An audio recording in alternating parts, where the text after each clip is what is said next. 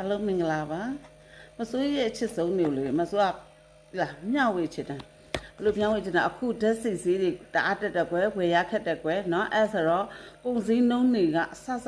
ရဈေးတက်ပါတယ်အဲ့တော့မစိုးတို့ဒီကုန်ပစ္စည်းလေးတွေကလည်းအခုဆိုဈေးတက်ပါတယ်เนาะဈေးတက်ပါတယ်အခုဒီရက်ပိုင်းပေါ့ဒီအခုမစိုးရှိမှရှိတဲ့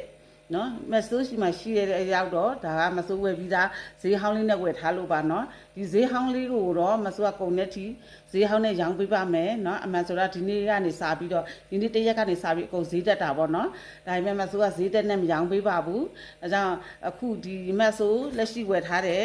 ပစ္စည်းလေးတွေကိုဈေးဟောင်းနဲ့ဝယ်ထားတဲ့အတွက်ဈေးဟောင်းလေးနဲ့ပဲပြန်ရောင်းပေးပါမယ်ဒီဈေးဟောင်းလေးနဲ့ဝယ်ချင်တယ်ဆိုရင်တော့အမြန်ဆုံးလမ်းလာခဲ့ပါเนาะဒီကြောက်ချင်ဆက်ပြလေးတွေကစเนาะကြောက်ချင်ဆက်ပြလေးတွေမစိုးရှိမှရှိတဲ့အခုကုန်ပစ္စည်းအကုန်လုံးကဈေးဟောင်းလေးတွေနဲ့ရပါမယ်အခုဈေးဟောင်းလေးကနေကုန်သွားရင်တော့မစိုးက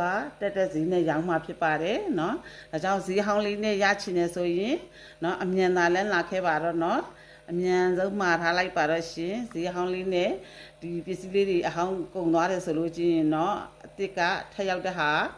မဆိုးကဈေးတင်နဲ့ပြန်ရောက်မှာဖြစ်ပါတယ်အကုန်လုံးပစ္စည်းတွေကเนาะစီဈေးတွေလက်တက်တယ်ဝယ်ရလက်ခက်တဲ့ချိန်ကြတော့အကုန်လုံးကုန်ပစ္စည်းတွေကဒီပစ္စည်းတွေမှမဟုတ်ပါဘူးเนาะအကုန်လုံးပစ္စည်းတွေအကုန်လုံးဈေးတက်ပါတယ်ရှင်ဒါကြောင့်မလို့မဆိုးကဈေးဟောင်းလေးနဲ့ဝယ်ထားတဲ့ပစ္စည်းတွေဈေးဟောင်းနဲ့ပဲပြန်ရောက်ပေးတာပါရှင်